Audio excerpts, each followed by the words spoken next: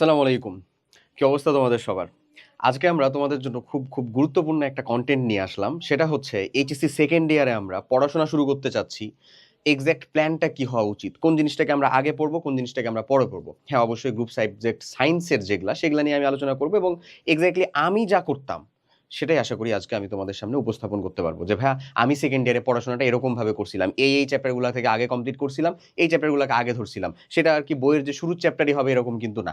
So আমি এখানে physics, chemistry, math, বায়োলজিতে আমি কিভাবে পড়াশোনা করছিলাম সেকেন্ড ইয়ারে, কোন কোন চ্যাপ্টারগুলোকে আগে ধরে শেষ করছিলাম এবং সেটা এক্সাক্ট কতদিনের ভিতরে এবং ওই চ্যাপ্টারটার ভিতরের ইম্পর্টেন্স জায়গাগুলো কোনগুলা, যে হুকগুলো আমাদেরকে কমপ্লিট করতেই হয়, ইন ডিটেলস আলোচনা আশা করি তুমি আজকের এই ভিডিওটা শেষ পর্যন্ত দেখলে ইনশাল্লাহ পাবা। এবং এই ভিডিও শেষে আমি তোমাকে সুন্দর মতন একটা সোর্সের কথা বলে দিব, সেটার সাথে তুমি ভালো মতন সিঙ্ক করতে পারবা এই কাজটা, যে আমরা যে শেষ করতে চাচ্ছি একেবারে শুরু থেকে শেষ পর্যন্ত আমাদের। কজ আমারও ফুল সিলেবাস ছিল, তোমারও ফুল সিলেবাস আছে। সো শর্ট সিলেবাসে চিন্তা ভাবনা করলেই খালি হবে না, পুরো সিলেবাস নিয়ে আসলে কথা বলতে হবে। সবটাই গুরুত্বপূর্ণ, কারণ সিকিউ সবগুলা থেকে না আসলেও অ্যাটলিস্ট বোর্ড পরীক্ষায় এমসিকিউ তো সবগুলা থেকেই আসবে।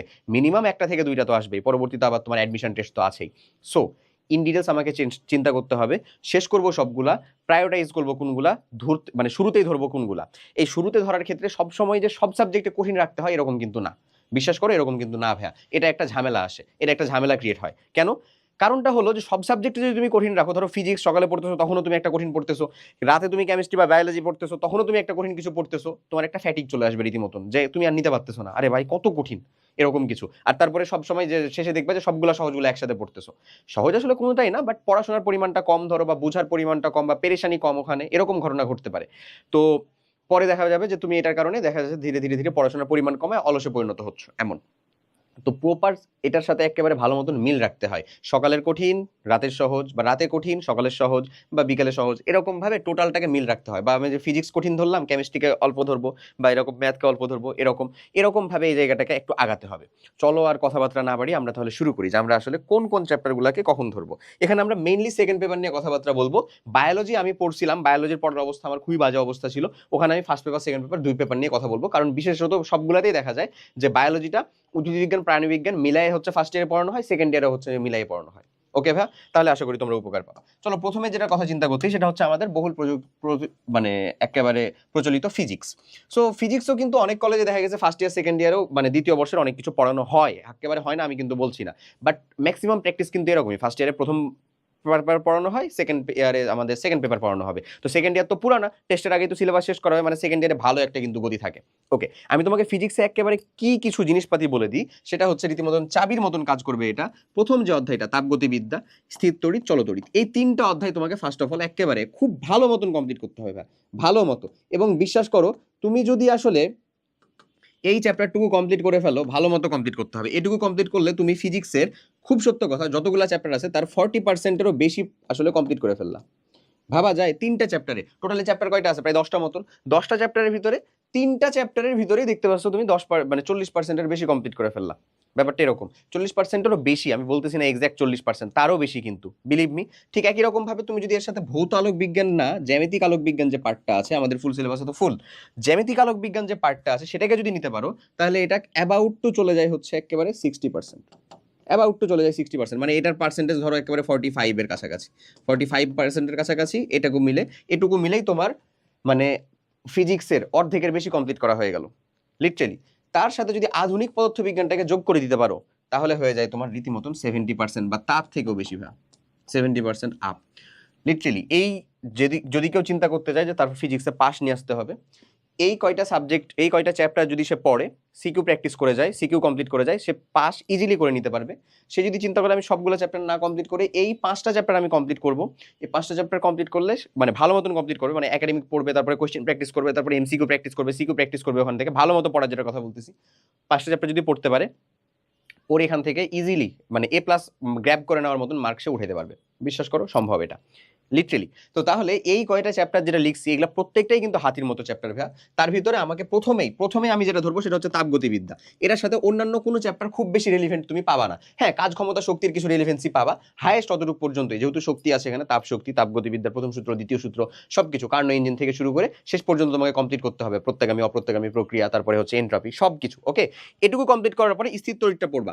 স্থির তড়িৎটাও কাইন্ড অফ একটা 16 চ্যাপ্টার। এখানে খালি ওই তড়িৎ বিভব আর তড়িৎ প্রাবল্য ছাড়া অন্যান্য কিছুর সাথে তুমি খুব বেশি মিল টিল কিন্তু পাবা না।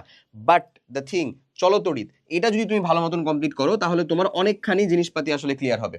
চলতড়িৎটা কমপ্লিট করলে এখান থেকে তড়িৎ থেকে তাপ, ওখানেও যেতে পারবা তুমি।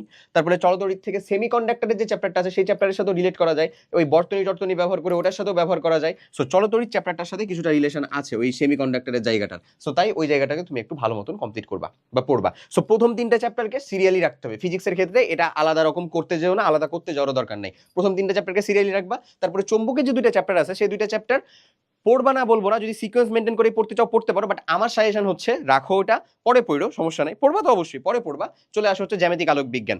এও কিন্তু একটা হাতির মতো চ্যাপ্টার, এও কিন্তু একটু সময় খাওয়া চ্যাপ্টার, বাট এর কনসেপ্ট আমরা ক্লাস 9-10 ভালো মতন পড়ে আসছি, এই যে জ্যামিতিক আলোক বিজ্ঞানের। সো জ্যামিতিক আলোক বিজ্ঞান আমাদেরকে খুব বেশি প্যারা দিতে পারবে না। তার উপরে যদি আমরা হচ্ছে যে মানে জ্যামিতিক আলোক বিজ্ঞানের পরে আবার ভৌত আলোক বিজ্ঞান আছে, তুমি যদি আগের মানে যে ক্লাস 9-এর তরঙ্গ চ্যাপ্টারটা পড়ে থাকো তাহলে তোমার আবার ওই ভৌত আলোক বিজ্ঞান চ্যাপ্টারটাও খুব বেশি প্যারা দিবে না। হ্যাঁ একটু দিবে, অবভিয়াসলি নতুন তো জিনিস তো থাকবেই, বাট তরঙ্গের সাথে টু মাচ রিলেটেড। ওকে, সো তুমি একটু উপকার পাবা। এগেন চলে আসো আধুনিক পদার্থবিজ্ঞান, এখান থেকে কোশ্চেন মাস্ট থাকবেই, অ্যাটলিস্ট তোমার অ্যাডমিশন এবং এইচএসসি ফেজে থাকবেই, একেবারে লিখে নিতে পারো। সো আধুনিক পদার্থবিজ্ঞানেও পড়াশোনা যে খুব বেশি এমন না। প্রথম অংশটুকু আছে হচ্ছে যে আমাদের যেটুকু শর্ট সিলেবাসের ভিতরে ছিল, আমরা তো ফুল সিলেবাসে পড়বো, বাট শর্ট সিলেবাসের ভিতরে যেটুকু ছিল সেটা হচ্ছে ওই যে 3টার আমাদের আপেক্ষিকতা, সময় মানে কাল বা সময়, তারপরে ভর, তারপরে হলো আমাদের দৈর্ঘ্য, এটার আপেক্ষিকতা, তারপরে চলে আসবে হচ্ছে তোমার ওই আপেক্ষিকতার পরেই আসবে তোমার হচ্ছে ওই আলোক তড়িৎ ক্রিয়া, তারপরে আছে কম্পটন ক্রিয়া, তারপরে আছে এক্সরে সবকিছু জিনিসপাতি ডান। এই অংশটুকু তোমাকে ফার্স্ট অফ অল কমপ্লিটে নিতে হবে। সো তোমার এখন থেকে মেজর টার্গেট হওয়া উচিত সেকেন্ড ইয়ারের ভিতরে তোমার টেস্ট পরীক্ষা বলো, প্রি টেস্ট পরীক্ষা বলো, যেই পরীক্ষায় আসে না কেন তার আগে তোমার সিলেবাস কি আছে ভাই আমি জানি না, বাট বিলিভ মি তোমার টার্গেট যদি এইচএসসি আর অ্যাডমিশন হয়, তোমার চিন্তা থাকবে যে ভাই আমি এই 5টা চ্যাপ্টারকে সুন্দর মতন আমার আয়ত্ত নেবে, একেবারে প্যাকেজ বানায় ফেলবো। বিলিভ মি 5টা চ্যাপ্টার যদি তোমার হাতিয়ার হিসেবে থাকে, বিশ্বাস কর ভাই তুই আরামসে হচ্ছে তোর এই এইচএসসি পরীক্ষাও ইজিলি পার করে ফেলতে পারবি, সিকিউ পার্টটা অন্তত কোনো প্যারা খাবি না। এবং এই 5টা চ্যাপ্টারের মানে অধিকাংশ জায়গা থেকেই মেইনলি কোশ্চেন আসবে তোমার অ্যাডমিশন ফেজও। ঠিক আছে, পরমাণুর গঠন একটা চ্যাপ্টার আছে, ওই চ্যাপ্টারও খুব বেশি কঠিন না, ইনশাআল্লাহ ওটাকে করতে পারা যায়, কমপ্লিট করে ফেলা যাবে। তারপরে আবার আছে হচ্ছে সেমিকন্ডাক্টর, ওই চ্যাপ্টারও আশা করি পারবা। ক্লিয়ার? সো আশা করি ফিজিক্সের কনসেপ্টটা বুঝা গেছে যে আমরা কিভাবে কোন প্যাটার্নে আর কি ফিজিক্সে চলবো। প্রথম 3টা চ্যাপ্টার, তারপরে 2টাকে বাদ দিব, তারপরে যাবো জ্যামিতিক আলোক বিজ্ঞান, তারপরে যাবো আধুনিক পদার্থবিজ্ঞান। ক্লিয়ার ভাইয়া? ওকে, চলো এবার আমরা আমাদের সব থেকে হার্ড একটা জায়গা, সেই জায়গাতে যাই, কেমিস্ট্রি। হার্ড মানে হচ্ছে পড়া হার্ড না, ডিসিশন নেওয়া হার্ড আর কি। হ্যাঁ, কেমন ডিসিশন নেওয়া হার্ড? কেমিস্ট্রির ক্ষেত্রে আমি যে জিনিসটা করছিলাম সেটা হচ্ছে যে আমাদের জৈব রসায়ন জিনিসটা ভাই ফার্স্ট ইয়ারের একেবারে লাস্টের দিকে শুরু করে দিয়েছিলেন স্যার শুরু করে দিয়েছিলেন। স্যার শুরু করলো, আমরা শুরু করি নাই, মানে আমরা বলতে আমি নিজে শুরু করতে পারি নাই। স্যার পড়াইতো, পড়তাম, বুঝতাম যতটুকু হয়তো না হয়তো, নামকরণ দেখি প্রায় শেষ, যখন আমি সেকেন্ড ইয়ারে উঠি তখন নামকরণ পর্যন্ত কিন্তু শেষ। একাডেমিকে নামকরণ পর্যন্ত শেষ মানে কিন্তু কেমিস্ট্রির জৈব রসায়নের ভেতরে ঢোকা শুরু হয়ে গেছে, সত্য কথা। তো জৈব রসায়নটাকে এরকম ভাবে লেখারটা কারণ হচ্ছে জৈব রসায়নকে স্কিপ করার চিন্তা ভাবনা মাথা থেকে প্রথমে বাদ দিতে হবে, একেবারে টোটালটাই বাদ দাও। তোমার কাছে এখন পর্যন্ত হিউজ টাইম আছে যে তুমি জৈব রসায়নটাকে পড়ে তোমার সম্পূর্ণ নিজের আয়ত্তে নিতে পারবা। সো জৈব রসায়নটাকে তুমি পড়বা কিভাবে? খুবই সাজানো আকারে পড়বা। খুবই সাজানো আকারে পড়লে এর পড়াশোনা কমবে আমি বলবো না, বাট এই পড়াশোনাটা কিন্তু সুন্দর মতন তোমার আয়ত্তে আসতে বাধ্য হবে। খুবই সাজানো আকারে পড়বা। এই সাজানো আকারে পড়ার জন্য আমি অ্যাটলিস্ট সাজেস্ট করবো আমাদের যে একাডেমিক টু অ্যাডমিশন প্রোগ্রাম আছে, ওখানে যত ধাপের ক্লাস আছে, বিশেষ করে তার একাডেমিক ক্লাসগুলো যেটা আমি নিজে নিতেছি, জৈব রসায়নের ক্লাস প্রায় শেষ, আর একটু বাকি আছে, একটা পার্ট বাকি আছে, জাস্ট মানে লাস্ট একটা লেকচার বাকি আছে। সো 12টা পার্টের ক্লাস আছে, প্রত্যেকটা ক্লাসই একটু লেন্দি হচ্ছে, বাট বিলিভ মি তুমি যদি 12টা দিন মাত্র সময় দিতে পারো, তুমি জৈব রসায়ন প্রো হয়ে যাবে রীতিমতন। প্রো যাকে বলে, প্রত্যেকটা দিন কি করতে হবে? একটা করে ক্লাস কমপ্লিট করতে হবে। আমি তোমাকে খুব বেশি প্রেশার দিতে চাচ্ছি না, খুব বেশি চাপেও রাখতে চাচ্ছি না। এই একাডেমিক অ্যাডমিশন প্রোগ্রাম ডেসক্রিপশন বক্সে লিংক পাবা, তুমি যে দেখলে অবশ্যই তোমার পছন্দ হবে, পছন্দ হতে বাধ্য হবে আর কি। ঠিক আছে, ওই জৈব রসায়নের লেকচারগুলো একটা করে দেখবা, একদিনে মাত্র একটা, আর বেশি কিচ্ছু না। দেখবা, নোট করবা, এবং ওই একটা লেকচার দেখা ওই 12টা দিন বা ওই 20টা দিনের ভিতরে, ধরো 20 দিনেরই টার্গেট নিলা, 20 দিনের ভিতরে 12 দিন করবা। তোমার মেন্টাল টেন্ডেন্সি থাকা লাগবে যে ভাইয়া এই 12টা দিনের ভিতরে আমি এক্সট্রা পরিশ্রম করবো, কাইন্ড অফ এক্সট্রা মানে কি, মানে জৈব রসায়ন তো আমি পড়তেছি, জৈব রসায়ন পড়ার সাথে সাথে অবশ্যই আমার কেমিস্ট্রির অন্যান্য যে জায়গাগুলো আছে সেগুলোকে আমাকে টাচে নিতে হবে। আমি পার্সোনালি প্রিফার করবো হচ্ছে ভাই পরিবেশ রসায়ন ধরতে। কি বলতে বলবো? পরিবেশ রসায়ন। জৈব রসায়ন কিন্তু তুমি পড়তেছো ডে 1 থেকে শুরু করে ডে 12 পর্যন্ত পড়তেছো ডে 1 থেকে শুরু করে ডে 20 পর্যন্ত, বাট 20 এর বেশি চিন্তা রাখা যাবে না, এর বেশি দেওয়া যাবে না সময়। তার ভিতরে ইনশাআল্লাহ দেখবা তুমি কমপ্লিট করতে পারছো, যদি তুমি আসলে খুব সাজানো আকারে পড়ো, যেরকম সাজানো আকারে আমরা পড়াইতেছি ওখানে। ওকে, এরকম ভাবে। এখন তুমি যদি কোনো ফ্রি প্লেলিস্ট বা আদার্স অন্য কোনো জায়গা থেকে, যেখানে ধরো কিছুটা একটু ওয়েল সর্টেড না, বা কিছুটা মনে হয় যে আসলে তোমার আমার ক্যাপাবিলিটির বাইরে, খুব প্রো লেভেলের জিনিসপাতি পড়াশোনা, এটা কিন্তু তোমাকে জৈব রসায়নের প্রতি লিটারালি অনীহা ছাড়া আর কিচ্ছু এনে দিবে না। শুধুমাত্র এখান থেকে তুমি দেখলেই ভয় পাবা, চিন্তা করতে গেলে ভয় পাবা, রাতে হচ্ছে যে বিদঘুটে কিছু স্বপ্ন দেখবা, দুঃস্বপ্ন দেখবা জৈব রসায়ন নিয়ে। তো ওরকমটা হইতে দেওয়া যাবে না। হ্যাঁ, সো ডে 1 থেকে ডে 12 পর্যন্ত কমপ্লিট করো আমাদের সাথে, ইনশাল্লাহ তুমি পারবা, জৈব রসায়নে বস হয়ে যাবা যাকে বলে। তো আমি কেন তোমাকে পরিবেশ রসায়নের কথা বলতেছি, কারণ এই চ্যাপ্টারটা তোমার ফিজিক্সের ফার্স্ট পেপারের আদর্শ গ্যাস আছে না ভাই, চ্যাপ্টার 10 আদর্শ গ্যাসের সাথে অনেক বেশি রিলেটেড চ্যাপ্টারটা। আমি বলবো না হুবহু, অবশ্যই আমাদের কেমিস্ট্রির ভিতরে বড়, এবং পরিবেশ প্রথমের দিকে ওই যে বায়ুর স্তর টিস্তর নিয়ে আলোচনা আছে, ঘূর্ণিঝড় টর্নেডো সাইক্লোন নিয়ে আলোচনা আছে, যেগুলো আলোচনা তোমার ওখানে নাই, বাট ওই যে চার্লস বয়েলস, তারপরে হচ্ছে গেলুসাকের সূত্র, অথবা আদর্শ গ্যাসের সূত্র, আদর্শ গ্যাস, তারপরে বাস্তব গ্যাসের সূত্র, এই সকল রিলেটেড জিনিসপাতিগুলো অবশ্যই এই ফিজিক্সের আদর্শ গ্যাস চ্যাপ্টারের সাথে অনেক বেশি রিলেটেড। তাই এখানে তুমি একটু অ্যাডভান্টেজ পাবা, প্যারা কম খাবা। তাই আমি বলবো যে জৈব রসায়নের দিক দিয়ে চলতেছে, ওই কিছুদিনে তুমি আরেকটা চ্যাপ্টারকে ধরবা, সেটা হচ্ছে তোমার একাডেমিক পড়াটাকে আগে রাখার জন্য, সেটা হচ্ছে পরিবেশ রসায়ন। আবার অনেকে যাদের হচ্ছে কেমিস্ট্রির ম্যাথমেটিক্যাল জায়গাতে একটু বেশি ভালো লাগে, তারা চাইলে পরিমাণগত রসায়নটাও ধরতে পারো। এখানে জারণ বিজারণ অর্ধবিক্রিয়া, তারপরে প্রথমে মোলারিটি প্রকাশ, পার্সেন্টেজ প্রকাশ, এই মোলালিটি, পিপিএম, নরমালিটি, পিপিবি, এই কয়টা জিনিসপাতি ছাড়া আর কিচ্ছু নাই। আর বিক্রিয়া স্টোইকোমেট্রি দিয়ে জারণ বিজারণ অর্ধ বিক্রিয়ার মাধ্যমে সমতাকরণ। তাহলে এই চ্যাপ্টারটাও কিন্তু খুব বড় না ভাইয়া, ছোট, বিলিভ মি ছোট। আসলে পুরো জৈব রসায়নই হচ্ছে ধরো কাইন্ড অফ 60% বা তার বেশি নিয়ে রাখতেছে সেকেন্ড পেপারের, আর বাকি অংশগুলো তোমাকে ভাগ করে দিছে। ওকে, সো আমার পার্সোনাল সাজেশন হচ্ছে এইটা অথবা এইটা ধরা। তারপরে যখন জৈব রসায়ন শেষ, জৈব রসায়নকে ছাড়া যাবে না, ওটাতে প্র্যাকটিস করতে হবে। সিকিউ ধরো ওইটার, এমসিকিউ ধরো ওইটার, বুঝার চেষ্টা করো ওইটার, কোন জিনিসটা পারতেছো না, কোন জিনিসটাতে প্রবলেম হচ্ছে, মনে রাখার চেষ্টা করো সেটাকে রিভিশন করার চেষ্টা করো, রিভিশনের ভিতরে রাখো, এটাকে অবশ্যই রাখা লাগবে। তারপরে যাবা হচ্ছে তুমি তড়িৎ রসায়নে। ক্লিয়ার জিনিসটা? সো সে কেমিস্ট্রি সেকেন্ড পেপারে আসলে চ্যাপ্টারের সংখ্যা যেহেতু কম, তাই এখানে খুবই একেবারে মানে পুঙ্খানুপুঙ্খভাবে কোনো সিকোয়েন্স মেনটেন করা লাগবে এরকম কিছু না। তবে মেন যেটা প্রবলেম হয়, তুমি ধরো পরিবেশ রসায়নই পড়লা 7 দিন 12 দিন এরকম মিলা, তারপরে চিন্তা করতেছো ভাই জৈব রসায়ন আমি 3 মাস পড়বো। আরে 3 মাস তো তোর সময় নাই, মানে আছে, বাট তোমার টার্গেটে রাখতে হবে যে আমি যে আজকে তোমাকে যে প্ল্যানটা দিচ্ছি 3 মাসের ভিতরে এই প্ল্যান যেন একেবারে ফুললি কমপ্লিট হয়ে যায়, এই কয়টা চ্যাপ্টার যেন ফুলফিল একেবারে হয়ে যায়, যেন তুমি তোমার কাইন্ড অফ ঢাল তলোয়ার প্রস্তুত করে নিতে পারো যুদ্ধের জন্য। তখনও যে তুমি বেঁচে যাবা যুদ্ধ করে তা বলতেছি না আমি, এইচএসসি হোক, অ্যাডমিশন হোক, যে যুদ্ধ করেই হোক, তোমাকে আরো অনেক আনুষঙ্গিক আসলে সাঙ্গপাঙ্গ জিনিস নিতে হবে, ওগুলা তুমি পরে যোগ করবা, ওই সময়টুকু কিন্তু তোমার হাতে থাকবে, বাট তার আগে তোমাকে মেক শিওর করতে হবে যে তুমি এই সিকোয়েন্স, এই জিনিসগুলোকে আয়ত্ত করতে পারতেছো কিনা, যা যা কিছু আছে তোমাকে এখানকার কথা বলতেছি। ওকে, এরপরে চলো আমরা যাবো হচ্ছে আমাদের হায়ার ম্যাথ নিয়ে কথাবার্তা বলতে, উচ্চতর গণিত। ম্যাথের ভিতরে জিনিসটা সেকেন্ড ইয়ারের পড়াশোনাটা আমি বলবো কিছুটা হচ্ছে কাইন্ড অফ সহজ, এক্সেপ্ট এই যে আমার জন্য ছিল হচ্ছে গতিবিদ্যা, স্থিতিবিদ্যা এবং গতিবিদ্যা বা সমতলে বস্তু গণনার গতি, এই দুইটা জিনিস ছাড়া কাইন্ড অফ বাকি পড়াশোনাগুলো আমার কাছে পার্সোনালি মানে সেকেন্ড পেপার হায়ার ম্যাথের ভিতরে কিছুটা ইজিয়ার লাগছে, বুঝছো? তো আমি বলবো হচ্ছে যে এগুলা নিয়ে এক্ষুনি টেনশন করতে হবে না, প্রথমেই বড় চ্যাপ্টার সবগুলাতে হাতির চ্যাপ্টার ধরতে হয়, এটা একেবারে সম্পূর্ণ রং কনসেপ্ট।